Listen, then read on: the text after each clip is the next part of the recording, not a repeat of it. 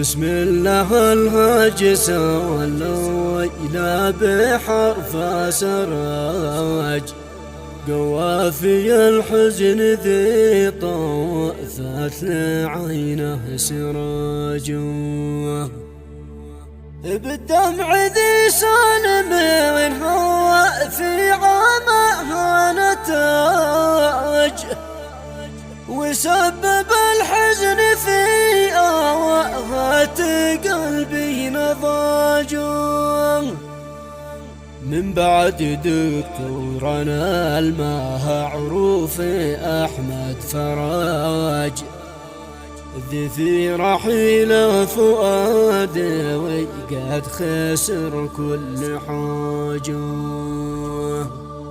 هذه المرثية كتب كلماتها الشاعر سالم الشعبي النقيب، يرثي بها ابن جده الدكتور أحمد فرج النقيب رحمه الله تعالى وأسكنه فسيح جناته. أداء الشاعر أبو ناصر المصري.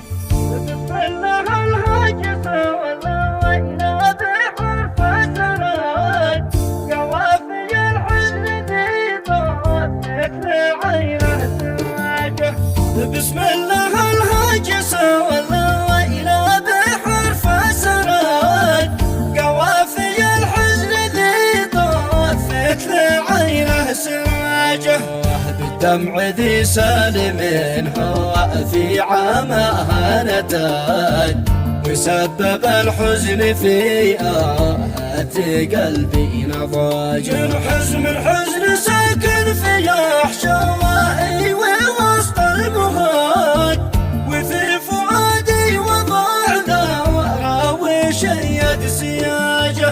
من بعد دكتورنا المعروف أحمد فراج، في رحيل فؤادي قد خسر كل حاجة.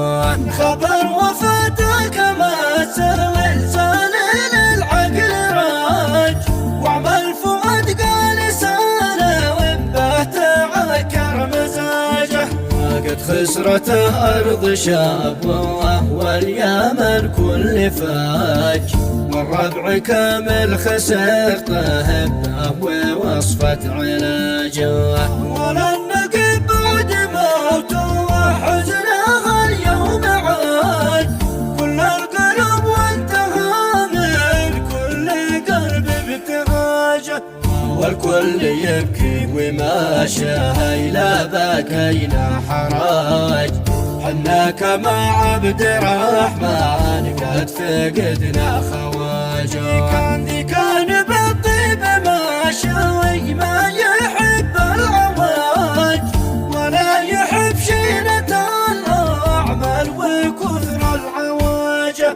في سنة المصطفى طوها عليها نهاج، ودين ربي مع القرآن درعه وتاجه. ما قد خرج غير بيت الله له خراج، سبحان من عرف بالغيب الحق خراجه.